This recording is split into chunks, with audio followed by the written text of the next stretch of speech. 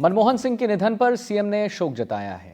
उन्होंने कहा है कि हमने बहुत दूरदर्शी और कुशल राजनेता को खोया है। सीएम भजनलाल ने आगे लिखा है कि उनकी विनम्रता और सहज स्वभाव का हर कोई कायल था। ईश्वर उनकी आत्मा को शांति दे, ये भी सीएम भजनलाल शर्मा ने लिखा है। तो मनमोहन सिंह के निधन पर सीएम भजनलाल शर्मा ने क्या कुछ कहा है, आइए आपको सुनाते हैं।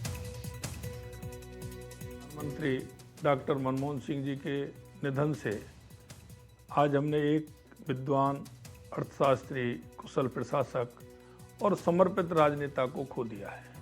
स्वर्गीय डॉक्टर मनमोहन सिंह जी ने छोटे से गांव एवं साधारण परिवार से आकर देश की सेवा में अमूल्य योगदान दिया।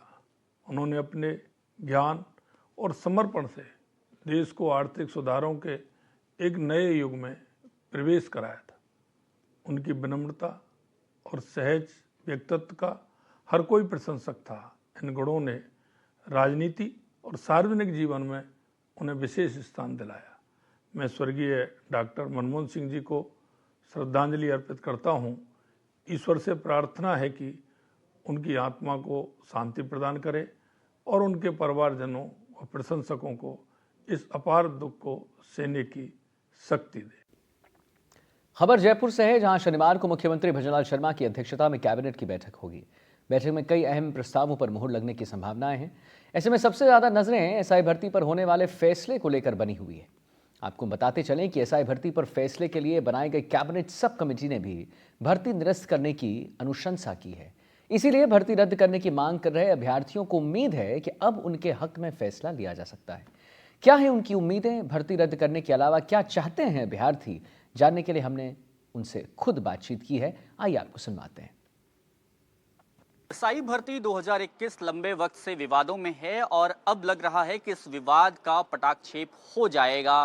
कमेटी की रिपोर्ट सामने आई है और कमेटी ने इस भर्ती को निरस्त करने की बात की है और वही जो स्टूडेंट्स हमारे साथ हैं जो इसको लंबे समय से निरस्त करने की मांग कर रहे हैं। अब आप लोगों की पहली प्रतिक्रिया इस कमेटी की रिपोर्ट जो सामने आ रही है उसको लेकर के क्या है? सर, हम कमेटी की रिपोर्ट से खुश हैं, लेकिन एक लंबा इंतजार इस कमेटी की रिपोर्ट को हो गया है। जैसा कि हमें लगता था, जो कमेटी के संयोजक उन्होंने कहा कि एक हफ्ते में गुड न्यूज़ देंगे, तो एक हफ्ते को लगभग 2 महीने से अधिक का वक्त हो गया है। अब हम चाहते हैं कि इस पर तत्काल प्रभाव से माननीय मुख्यमंत्री जी, अब सारी रिपोर्टें आ चुकी है, सबका रिकमेंडेशन हो चुका है, एसओजी से लेके, पुलिस मुख्यालय से लेके, एडवोकेट जनरल से लेके, और ये चौथी रिकमेंडेशन सब कमेटी ने, कैबिनेट मंत्रियों ने दी है। तो सरकार को इस पर संज्ञान लेना चाहिए और इनकी बातों को मानना चाहिए और इनके एक बड़ा दिल दिखाते हुए मुख्यमंत्री जी को एसआई भर्ती परीक्षा रद्द करनी चाहिए। एक सवाल ये है कि इस भर्ती में कई सारे लोग ऐसे शामिल हैं जिन्होंने मेहनत से तैयारी की, पहले किसी और नौकरी में थे, उसके बाद यहाँ आए, अब उनके पास वहाँ जाने का भी विकल्प नहीं रहा और ये भर्ती रद्द होती है, उनको काफ़ी नुकसान होगा।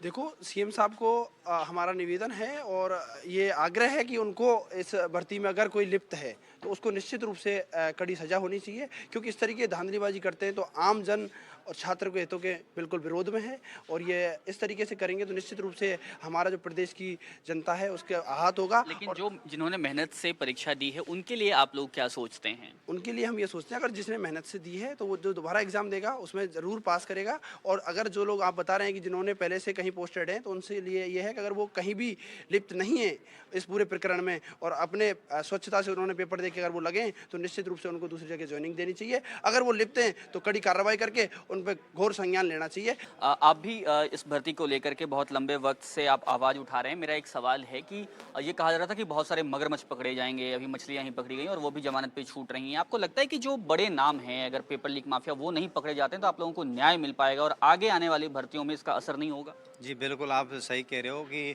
जो इसमें बड़े हाथों और जो इसमें पॉपुलर आदमी हैं उनको सबसे पहले प्रायोरिटीज है कि सरकार उनको अपने एक शिकंजा कसे कि जिससे आगे आने वाले समय में कोई भी भर्ती इस प्रकार से बड़ी धांधली ना हो और छात्रों के हितों में फैसला लिया जा सके, जिससे कि कभी भी जो तैयारी करता है बच्चा अपने घर से आकर के यहाँ रहता है तो उसको कभी भी अपने घर से कभी समस्या, किसी भी प्रकार की समस्या ना आनी पड़े और अपना समय और पैसों की बर्बादी खर्च ना हो। जयपुर से कैमरा सहयोगी पुष्पेंद्र तिवारी के साथ सोमू आनंद, एनडीटीवी।